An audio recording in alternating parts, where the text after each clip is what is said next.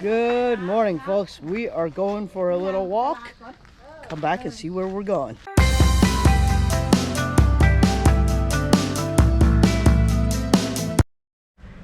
So if you guys have been following along with my Back to Laos series,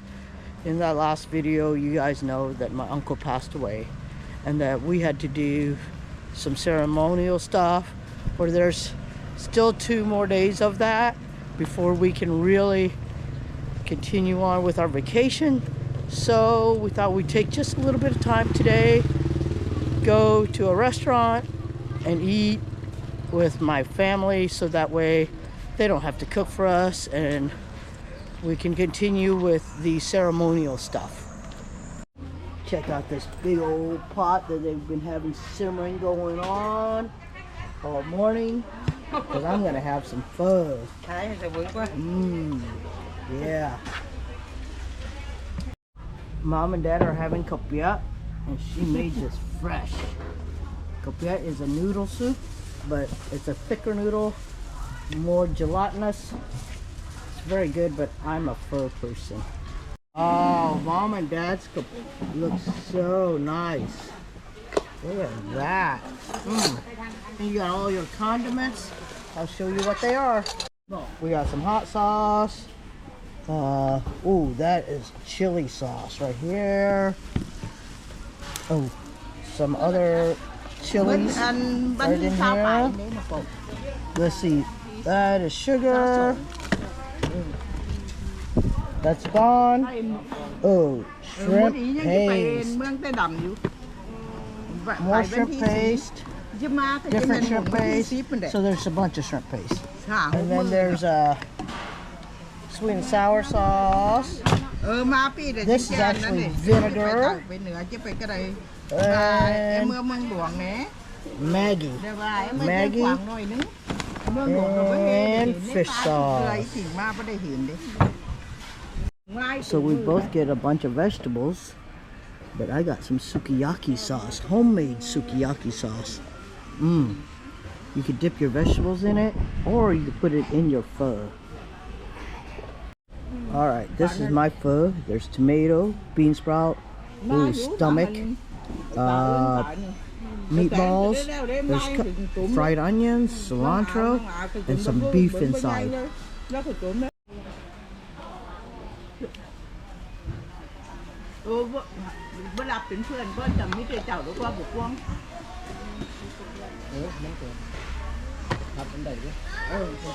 Alright.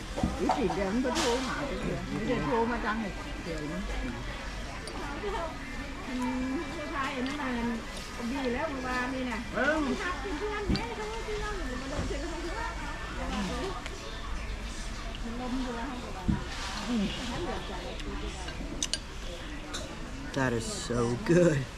Oh my goodness, guys.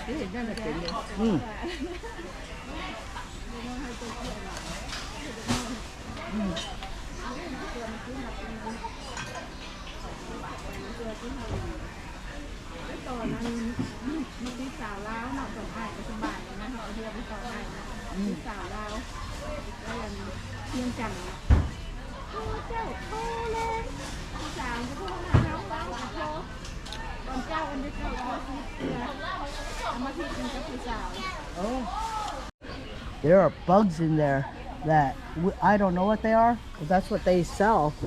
for, and that's how they keep them for selling.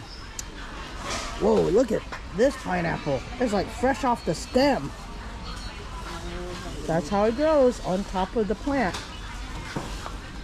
I'm getting some fresh mangoes, like straight off the tree mangoes. And then Mom got some of this thing. It's called malamut. I don't know what we call it in America. And then I got some more persimmons, because I love persimmons. It seems like we just ate, but we're about to eat again. We've got some catfish right here. And this is bakilek, right? Bakilek is some herb. This is pickled mustard greens. We got more crickets and minnows. And this is a water insect hot sauce. There's the dry kind and the wet one. While at the market, Dad and I got shoes. We got a black pair, I got a brown pair. That'll come. Because it is hot. And I was wearing socks and tennis shoes, which made it even hotter. So we said, let's get some shoes. So, yeah. They're very comfortable. They're a little slick for me. I'll probably go get a different pair and leave this pair here. We got them for $5. A little over $5. All right. You guys see this plant right here? 5 leaves. They call it the MSG plant because when you use this in a soup or anything like that, it makes the flavors very rich, just like MSG does. So you guys saw that green looking stew that we had at lunch? This is the plant that it's made out of. It's kilek. That's the name of the plant. Now that stew was very sour. Not very sour, but it had a tartness to it. And a very mild tartness, but it still had a tartness to it. So they all love that. They replace it kind of like a mild lime, you know what I'm saying? So that's why they like it a lot. So I went and got some more snacks, but I wanted to show you guys this. It's still small, but this is a tamarind tree. When I was 4 years old, there was a tree in our backyard, and I got in trouble for climbing it because my grandmother freaked out. Thought I'd show that to you. It's very interesting that the tamarind tree would grow right here. Check this out, all the chickens are in the trees, even the baby chicks. Oh. Well, I'm back at the room, and you know, a lot of people have said that, well, I haven't had quite the adventurous vacation I was hoping for. But if you look at it from my point of view, it has been maybe not like the greatest fun, but it has been an adventure. I have been thankful for every minute that I've been here. Luckily, I was here when Dad passed out, and I was able to pick him up and set him on the ground and revive him. I got to meet again my uncle before he passed. I got to at least see him and say goodbye. My mom, I'm glad I'm here for her. Losing a sibling, especially a younger one, is very difficult, but my mother is a very strong woman, and I hope that someday I'm half the woman that she is. My mother is, for a lack of better words, the most amazing woman I know. She's loving in her own way. She's caring in many ways. And she has a kindness to her when it's needed. Other than that, man, I can't tell you guys how much of an adventurous and the experience of my lifetime right now. Other than the day I got married to Brenda, these have been the best times of my life. Well, good morning, folks. It is a new day, and we have to go finish the funeral ceremonies today, so I thought I'd take you along. Well, my Uncle Tom came to pick us up to go to this thing. My cousin Can's getting up on the truck.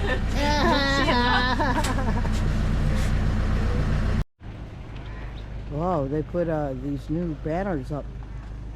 for this.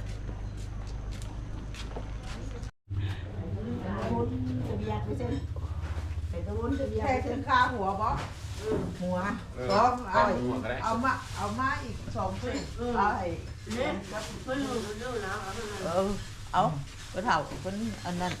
เอาแทงกาหัวจะไปสูบรถน้ำอมหัวจอนนะเอาปีนมาตั้งไหนหัด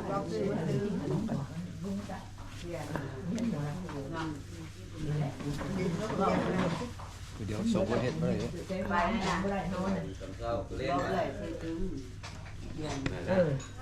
áo sạch It was a wick with beeswax on it, and it was pliable, and they measured our head with it, and then they put it all together, and I think they're gonna send it as an offering. So this is all the offerings that people have given.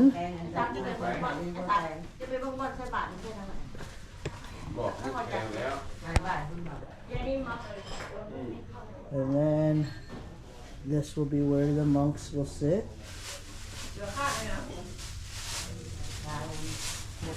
Very beautiful, sending him to heaven and giving us our blessings.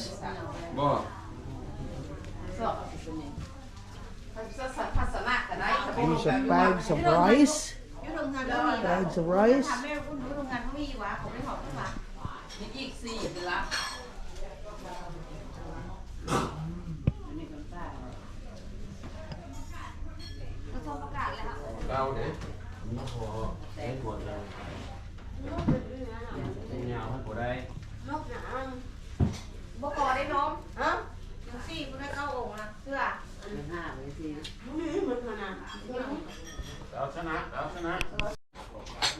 They are getting ready to really serve.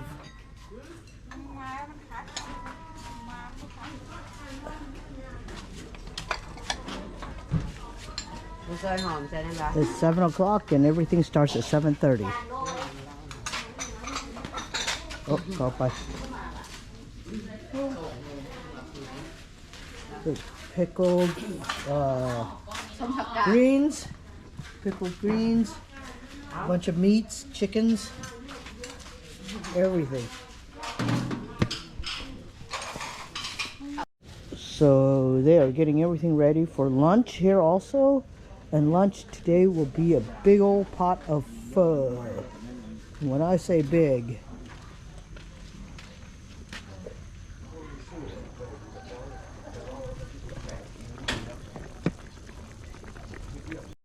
all right, we got to do 2 more from my neck, right here.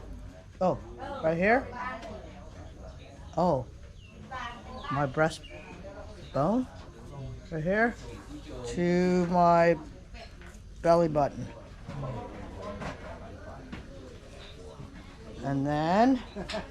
from my finger tip to the bottom of my elbow.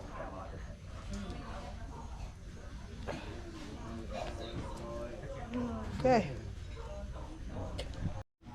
If you guys are at a loss at what is going on, trust me, I am too. I'm just taking it bit by bit as it goes. It looks like they came and offered my uncle something to eat out here. And he was a cigarette smoker, so they gave him cigarettes. There's water, candles to invite him here, and stuff like that.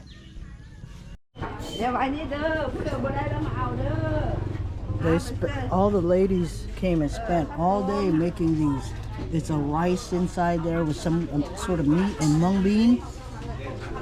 And so now they made them small so that everybody could have one.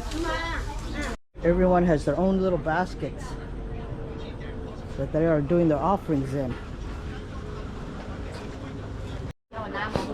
The monks just showed up.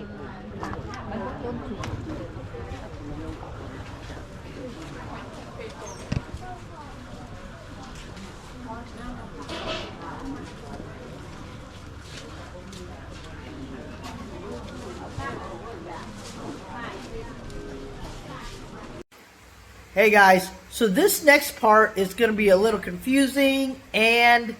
a little tedious. So if you guys want to, skip to the 40th minute mark, because I did think about speeding it up and stuff, but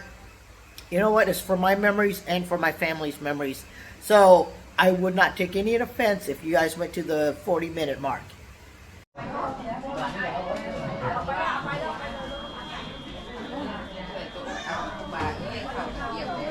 ธุสาธุสาธุนะโมตัสสะภะคะวะโตอะระหะโตสัมมาสัมพุทธัสสะนะโมตัสสะภะคะวะโตอะระหะโตสัมมาสัมพุทธัสสะ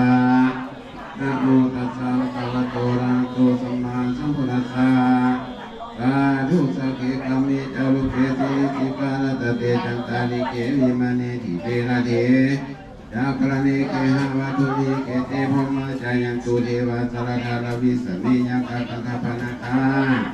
นิสันตาสังคิเกญามุนวะจามิสาโภมิโตนันตุธรรมสวนาโตญวรันตาธรรมสวนาโตญวรันตาธรรมสวนาโตญวรันตาตุนันโตพุทโธเยเทวะสัมมากัตตาดุลาเทพันดาเจ้าเทียงสาเจ้านังวัตตาอานังท่านนาจีเลยเป็นเขาโอมนังเทพาดาเจ้าทั้งหลายคุณใหญ่ยังอยู่ทุกผู้ไม่ปาใหญ่ไทยพนมทุกแห่งหอมเฮาป่าทุกประเทศเฮาเขาทุกแถวเท่าเดือนทำทุกกาลามในวังป่าบาพาตาคีรีมามีพญาอินพญาพรหมพญายมราชและท้าจตุโลกบาลทั้งเสียกัสสะเทพดาพรหมเทพดาถึงเขาภายบนมีอาคานิธาพรหมดวงพรหมมีอนันตจักรวาลภายลุมมีอวิจิเป็นที่สุดอุตตมะบุรีสีรังสังดวงพวงแห่ดวงมีทั้งเงินมีพระใดพระดังทางซ้ายแม่นน้ำคงเป็นแดนทางใต้แม่นอีผีทางเงินไม่ลมแดงแดนแก้วเป็นเขตทุกประเทศข่าวทั่วอาณามีมหาสุวรรณนาความพองก็น้อยขอโอกาสอาธนาเจ้าผู้จงเสด็จมาไว้พระหัตถาสินกินทานฟังธรรมเทศนาดองคุ้งคาทั้งหลายทุกคนทุกองค์ได้ขอบอาเถิดเยนินาสังกาเลนะอังพุทธังอภิภูเสยามะอะระหังสัมมาสัมพุทโธภะคะวาพุทธังภะคะวันตังอภิวาเทมิเยมินาสังกาเลนะตังธัมมังอภิภูเสยามะสวากขาโตภะคะวันตาธัมโมธัมมังธัมมัสสามิเยมินาสังกาเลนะอังสังฆังอภิปูชยามะสุปฏิปันโนภะคะวะโตสาวกสังโฆสังฆังนามามินะโมตัสสะภะคะวะโตอะระหะโตสัมมาสัมพุทธัสสะนะโมตัสสะภะคะวะโตอะระหะโตสัมมาสัมพุทธัสสะนะโมตัสสะภะคะวะโตอะระหะโตสัมมาสัมพุทธัสสะพุทธังสรณังคัจฉามิธัมมังสรณังคัจฉามิสังฆังสรณังคัจฉามิทุติยมปิพุทธังสรณังคัจฉามิทุติยมปิธัมมังสรณังคัจฉามิทุติยมปิสังฆังสรณังคัจฉามิตติยมปิพุทธังสรณังคัจฉามิตติยมปิธัมมังสรณังคัจฉามิตติยมปิสังฆังสรณังคัจฉามิอุกาสวันธามิพันเตเจติยังสาพังสัปปะราดาเยสุปนิทิตังสานินิกถาตุไมหังโพเทียงโพตาลุปังสักกังสัทธาวัจสามนัสสาเอววันธาเมเตตถาคเตสยานิอาสานิธานิกมะมิจาปิสัพพะทาสามินาอนุโมทิตาภังสามินากตังปุญญังไมหังทาตาภังสาธุสาธุสาธุอนุโมทามิสาธุอุกาสะมะยังพันเตวิสุงลักขณทายะอิสรเนนะสหปัญจศีลังยะจามะตุ ตุติยามปีมายังพันเตวิสุงลักขณทายะอิสรเนนะสหปัญจศีลังยะจามะตาติยามปีมายังพันเตวิสุงลักขณทายะอิสรเนนะสหปัญจศีลังยะจามะนะโมตัสสะภะคะวะโตอะระหะโตสัมมาสัมพุทธัสสะนะโมตัสสะภะคะวะโตอะระหะโตสัมมาสัมพุทธัสสะนะโมตัสสะภะคะวะโตอะระหะโตสัมมาสัมพุทธัสสะนะโมตัสสะภะคะวะโตอะระหะโตสัมมาสัมพุทธัสสะนะโมตัสสะภะคะวะโตอะระหะโตสัมมาสัมพุทธัสสะนะโมตัสสะภะคะวะโตอะระหะโตสัมมาสัมพุทธัสสะพุทธังสรณังคัจฉามิธังสรณังคัจฉามิธัมมังสรณังคัจฉามิธัมมังสรณังคัจฉามิสังฆังสรณังคัจฉามิสังฆังสรณังคัจฉามิทุติยมปีพุทธังสรณังคัจฉามิยมปีพุทธังสรณังคัจฉามิทุติยมปีธัมมังสรณังคัจฉามิยมปีธัมมังสรณังคัจฉามิทุติยมปีสังฆังสรณังคัจฉามิยมปีสังฆังสรณังคัจฉามิตาติยมปีพุทธังสรณังคัจฉามิยมปีพุทธังสรณังคัจฉามิตาติยมปีธัมมังสรณังคัจฉามิตาติยมปีธัมมังสรณังคัจฉามิตาติยมปีสังฆังสรณังคัจฉามิตาติยมปีสังฆังสรณังคัจฉามิติสรณังคัมมนังปานิปุณาภูอุกัสสะมังเตปานาติปาตาเวนะปะนิสิกขาปะทังสมาธิยามิปานาติปาตาเวนะมณีสิกขาปะทังสมาธิยามิอาทินาทนาเวนะมณีสิกขาปะทังสมาธิยามิอาทินาทนาเวนะมณีสิกขาปะทังสมาธิยามิยามิสุวิชาจาราเวนะมณีสิกขาปะทังสมาธิยามิยามิสุวิชาจาราเวนะมณีสิกขาปะทังสมาธิยามิสาวาทาเวนะมณีสิกขาปะทังสมาธิยามิสาวาทานะเวนะมณีสิกขาปะทังสมาธิยามิสุนาเมรยามาสะปะมาทัฏฐานาเวนะมณีสิกขาปะทังสมาธิยามิสุราเมรยามาสะปะมาทัฏฐานาเวนะมณีสิกขาปะทังสมาธิยามิอิมานิปัญญาสิกขาปะทานิสิเลนะทุกขติยาติสิเลนะโพสัมปทาสิเลนะนิโพธิญาติตัสมาสิลังเวโสทาเก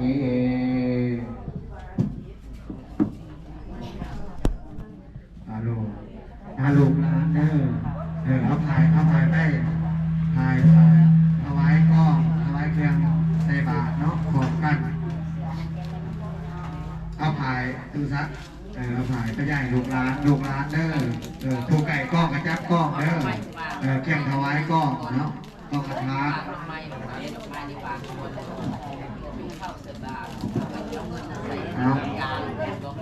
เอาผู้ไก่กล้องกระจับกล้องเนาะไม่ไก่กล้องกระจับกล้องก็ได้จับผ่าเครื่องถวายกล้องกระทะ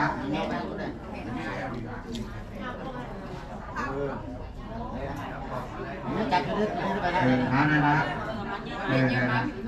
ขอความสงบเด้อตามแก้ถวายขอความสงบโชว์กันหลายบริเวณได้เป็นเรา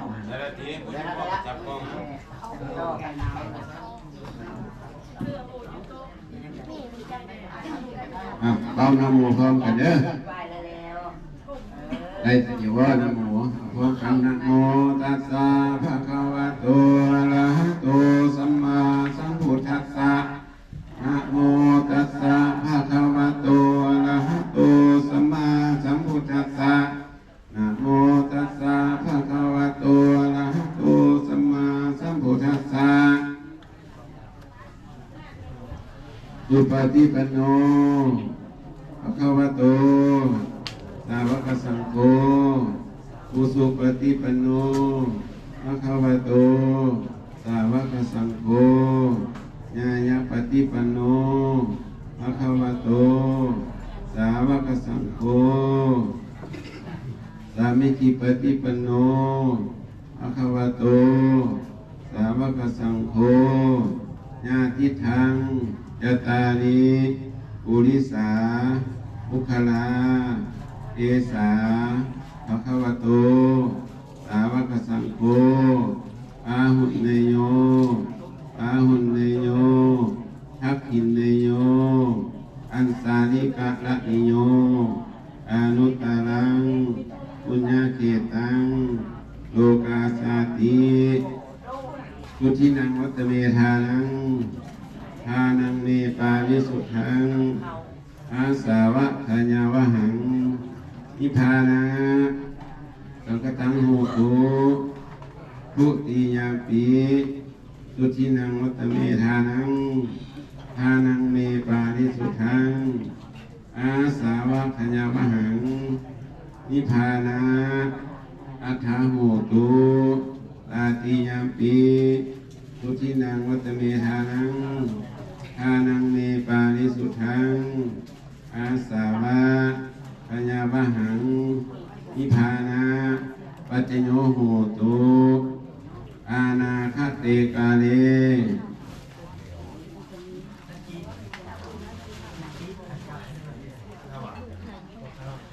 พวกขน้อยทั้งหลายไม่มีนางบุญนมพร้อมด้วยญาติพี่น้องและพี่น้องบ้านไกลบ้านไกลมีความเลื่อมใสยินดีให้ทานทานให้กล่องเหล่านี้เป็นทานก็จงถึงซึ่งความสิ้นไปแห่งอาสาวะกองกิเลสเครื่องหลงสันดานก็จงถึงซึ่งนิรพานบุญแด่ก่อข้าเถิดอิมานิมะยังพันเตบินดาปัตตานิมัตตากภัตตานิอัฏฐปริขาละจิวลานิกัปปาลุขานิทิกูสังคัสสะโอโนสยามะสาธุโนพันเตอิมานิมายังพันเตบินดาปัตตานิมัตตากภัตตานิอัฏฐปริขาละจิวลานิกัปปาลุขานิสัพพวัตถุธนานินานาวันนานิสาวริวลานิปฏิขันหาตุอัมหากังอิคารตังอัฏฐายะอิตายะทุกขายะข้าแต่พระสงฆ์ผู้เจริญพวกน้อยทั้งหลายขอน้อมถวายเอาบิณฑบาตภัตตาหารกองอัฏฐาต้นกระพึกษ์ปัจจัยสัญญทานทั้งหลายเหล่านี้ให้แก่พระสงฆ์ขอพระสงฆ์จงห้ามเครื่องบริวารทั้งหลายเหล่านี้พระสงฆ์รับแล้วพวกข้าน้อยทั้งหลายขออุทิศส่วนบุญกุศลนี้ไปให้เท่าเองกวงวันผู้ที่ล่วงลับไปแล้วขอจงได้มารับเอาถ้าว่าเท่าเองกวงวันยังบูฮูได้มารับเอาบ่ได้ขอเชิญเทพเจ้าเราสวรรค์ทั้งหลายจงน้องข่าวนี้ไปบอกแก่เท่าเองกวงวันขอจงมารับเอาเหมือนดังตนได้กระทำเองนั่นเถิดถ้าเท่าเองกวงวันได้ตกทุกข์ขอให้พ้นจากทุกข์เท่าเองกวงวันได้ถึงสุขแล้วขอให้สูงยิ่งขึ้นไปจนตราบเท่าเข้าสู่พระนิพพานในอนาคตการภายภาคหน้านั้นแด่ก่อข้าเถิดสาธุสาธุสาธุสาธุอนุโมทามาอาลูกอาจับกองเด้อไก่กองจับกองเชี่ยงเทียนเด้ออาสาธุสาธุสาธุอนุโมทามิสาธุดีถวายกองปฏิวัติสำเร็จ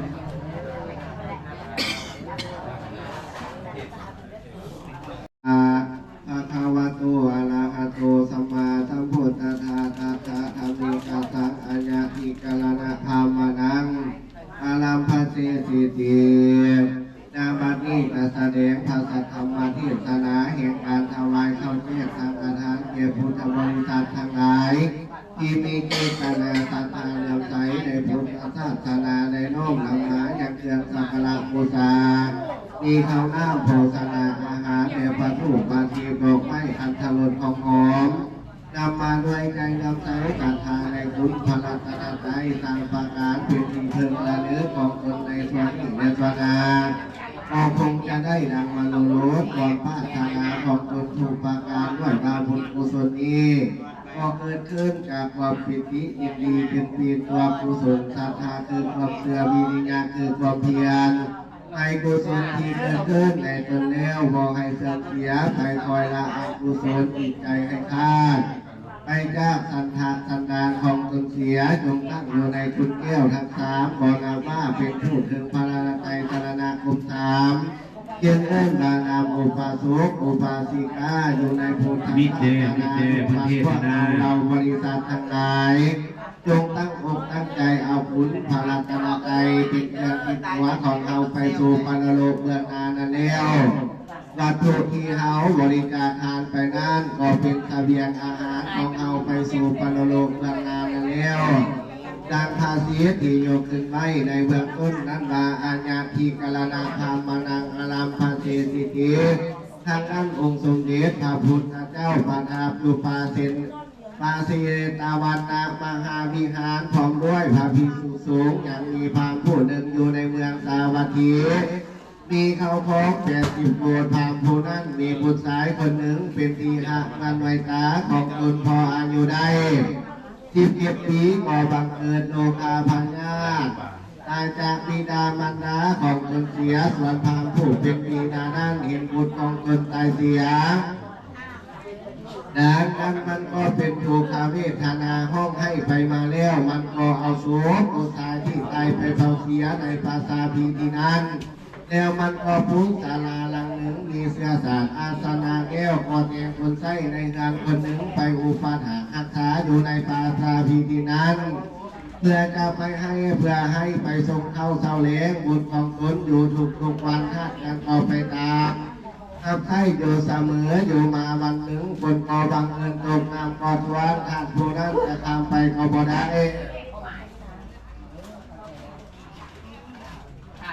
แล้วไปเอาพัดรูปมาทีดอกไม้คารันตลดของหอกแล้วก็ต้องเข้าไปสู่สำนักพระพุทธเจ้าเลี้ยวบูชาดอกไม้คันธรสของหอมจึงดังในที่กวางแห่งตนเลี้ยวมันออกอาสูรพระพุทธเจ้าบึงว่าทางคาวาคาเนองค์สมเด็จพระภูมิพระภาคเจ้าคนยิงทรายทั้งหลายในโลกนี้ท่านเข้าตายไปสู่ปรโลกเมืองนาผู้อยู่ภายหลังในเกณฑ์คาธาตุยิงทรายไปอุปถากรักษาแล้วปลูกศาลาไว้เอาเสียสารอาสนะเป็นคำสั่งบ้างวางไว้ไปไว้ในภาษาพีที่นั้นจะเป็นอานิสงส์แก่เขาผู้ตายไปนั้นหรือบ่พระพุทธเจ้าค่ะในกาละครั้งนั้นองค์สมเด็จพระศาสดาเจ้าจึงจะทำมาเทศนาวาโดกรพามผู้ที่เขาโค้งอันดวงลายพิว่าจะเป็นผลอานิสงส์แก่เขาผู้ตายไปนั้นก็ควรทำสังฆทานให้แก่พระภิกษุสามเณรแล้วจึงอยากน้ำไม้ทานไปหาเขาผู้ตายนั้นจึงเป็นผลอานิสงส์อันยิ่งใหญ่ไพศาลนั่นแล้วตัวเขาผู้ตายไปนั้นกันได้หาบวงอุทิศอันนี้แล้วจึงจะได้พ้นจากทุกข์ทั้งปวงเดียวคันทางได้ฟังธรรมมาที่ศาสนาพระพุทธเจ้าเลี้ยวก็ทรงเสริญมันขอทูลอาราธนาพระพุทธเจ้ากับชาวเจ้าภิกษุเข้าไปสู่ภาษาของตนผู้นั้นก็ไปสู่เสื้อตามอาสนะในกาลครั้งนั้นคงทรงเห็นพระภูมิพระภาคเจ้ากับชาวเจ้าภิกษุสาเนเข้าไปสู่ภาษามาภายเลี้ยวพระองค์ก็ประทับณอาสนะอันมีเจ้าภิกษุเป็นบริวารเมื่อนั้นพาตนเองโฆษณาอาหารเอาสูงมาถวายสังฆทานว่าอิมัสสมิงคีอิมานิทัสสุปพายัญชนะนิสาอุทกานิสาตัมภารานิสาจิตตามรณานิสัพพโภชนาอาหารานิ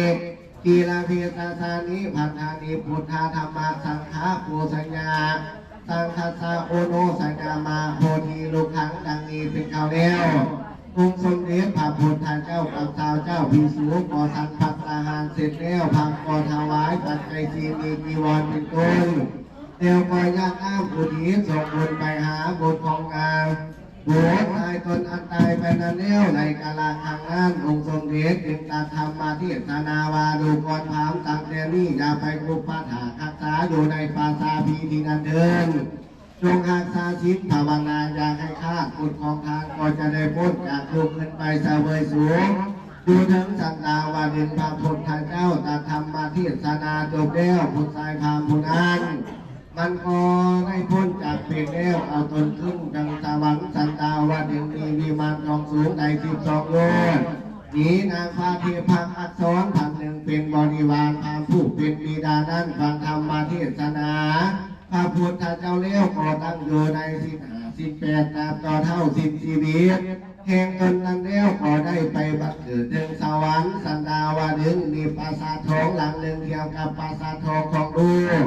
มีนางพาทิพย์กัญญาเหมือนหนึ่งเป็นบริวารนี่แหละทานธานาธิบดีและทานพุทธบริษัททั้งหลาย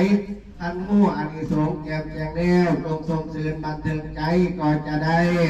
ดังคำปรารถนาสมดังดาวมาแล้วแต่หนหลังดีที่ตา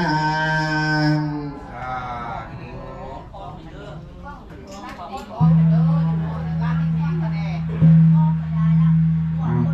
เป็นสูตรนั่นแหละมันอย่าหมดใส่บาตรเด้อนะโมตัสสะภะคะวะโตอะระหะโตสัมมาสัมพุทธัสสะนะโมตัสสะภะคะวะโตอะระหะโตสัมมาสัมพุทธัสสะนะโมตัสสะภะคะวะโตอะระหะโตสัมมาสัมพุทธัสสะไสยตุภวังไสยมังคลังไสยมหามุคุมีปฏิปฏิภาอายะสัพพสัมปติสิทธิญาสัพพะทุกขาสัพพะพญาสัพพะโสกาวินาศายะปริตังพุทธมังวรังสักกัจจังอรหันังกโลมาทุกลัจจาบาลัญจาสาธรรมเทศนาญาจามาอนุนิมนุสามาตีปีมาสาวนาคาโลยามาทัตตานะโมตัสสะภะคะวะโตอะระหะโตสัมมาสัมพุทธัสสะธัมมาสาวนาคาโลยามาทัตตานะโมอะระหะโตสัมมาสัมพุทธัสสะธัมมาสาวนาคาโลยามาทัตตานะโมตัสสะภะคะวะโตอะระหะโตสัมมาสัมพุทธัสสะธัมมาสาวนาคาโลนะโมตัสสะภะคะวะโตอะระหะโตสัมมาสัมพุทธัสสะธัมมาสาวนาคาโลธัมมาสาวนาคาสามิสังฆสารนังธัมมาสาวนาคาสามิตุเทยัมปิสังฆสารนังอาสามินาเทยัมปิพุทธัสสารนังอาสามินาเทยัมปิธัมมาสารนังอาสามินาเทยัมปิสังฆสารนังอาสามิติวิโสภะคะวะอะระหังสัมมาสัมพุทโธเวสสัจจารณะสัมปันโนสุขโตโลกวิทูอนุตตรปุริสารัมมสารพิสัทธาเทวะอนุสานังพุทโธภะคะวะเทสวะคาโตภะคะวะตาธัมโมสันทิติโกอะระหิโกเอหิปัสสิโกโอปะอาหิโกปัญญาตังเวทิตาโพเวโยหิเตสุปฏิปันโนภะคะวะโตสาวกสังโฆสุปฏิปันโนภะคะวะโตสาวกสังโฆญาณปฏิปันโนภะคะวะโตสาวกสังโฆสามิจิปฏิปันโนภะคะวะโตสาวกสังโฆญาณิธรรมกตาริปุริสาโยกานิยตาปุริสาภูคาลาเยสาภะคะวะโตสาวกสังโฆอาหุนายโยอาหุนายโยทักขินายโยอันสริกาลานิโยอนุ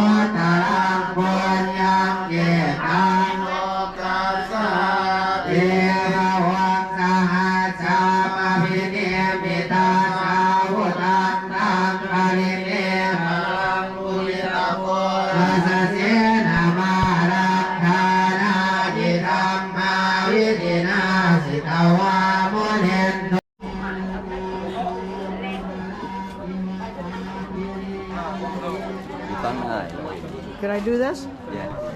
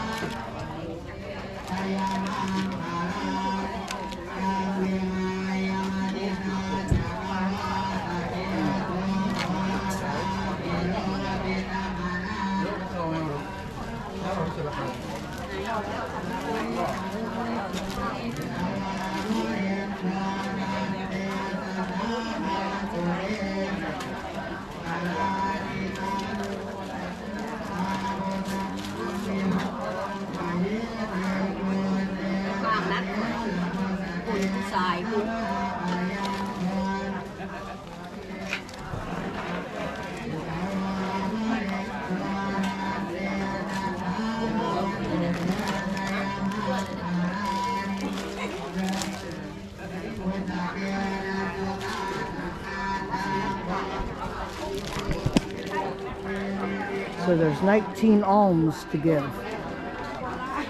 บาทลงเองเองเด้อ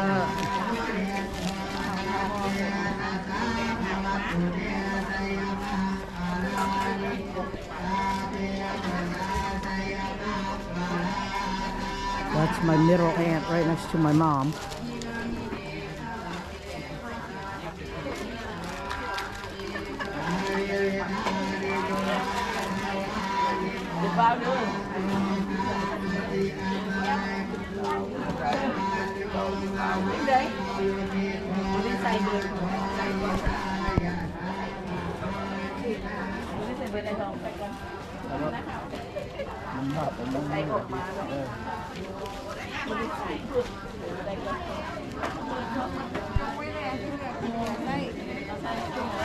This is my uncle's daughter.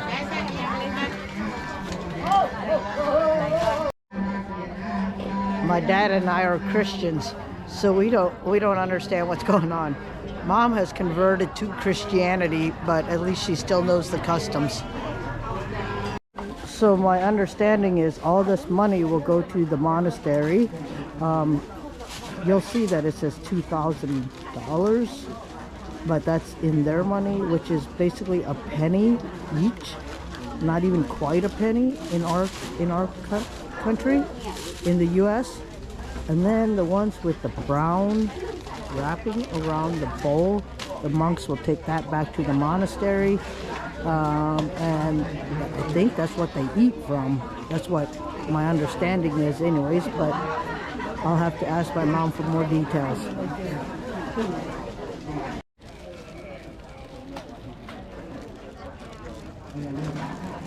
So the breakfast is done, and now they're doing lunch for him.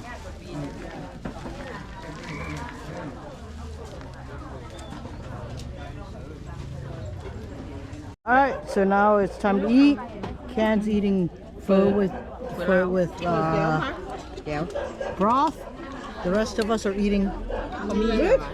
pho without broth,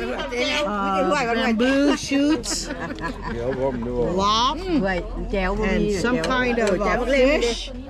rice. So after everybody ate, they all started dispersing, going home. As soon as the monks left, it was all basically over. So everybody's heading back to their homes, and we're heading back to our room. Well, folks, I want to thank you guys all for watching. We're going to end this video with my family having a meal together. We got some fish, papaya salad, and oxen meat, which is so freaking tough, and a ton of vegetables and rice. This is my dad, my mom, my Aunt B, Aunt Fong, and Aunt Tang. Thanks for watching. Until next time, stay blessed and be A-OK.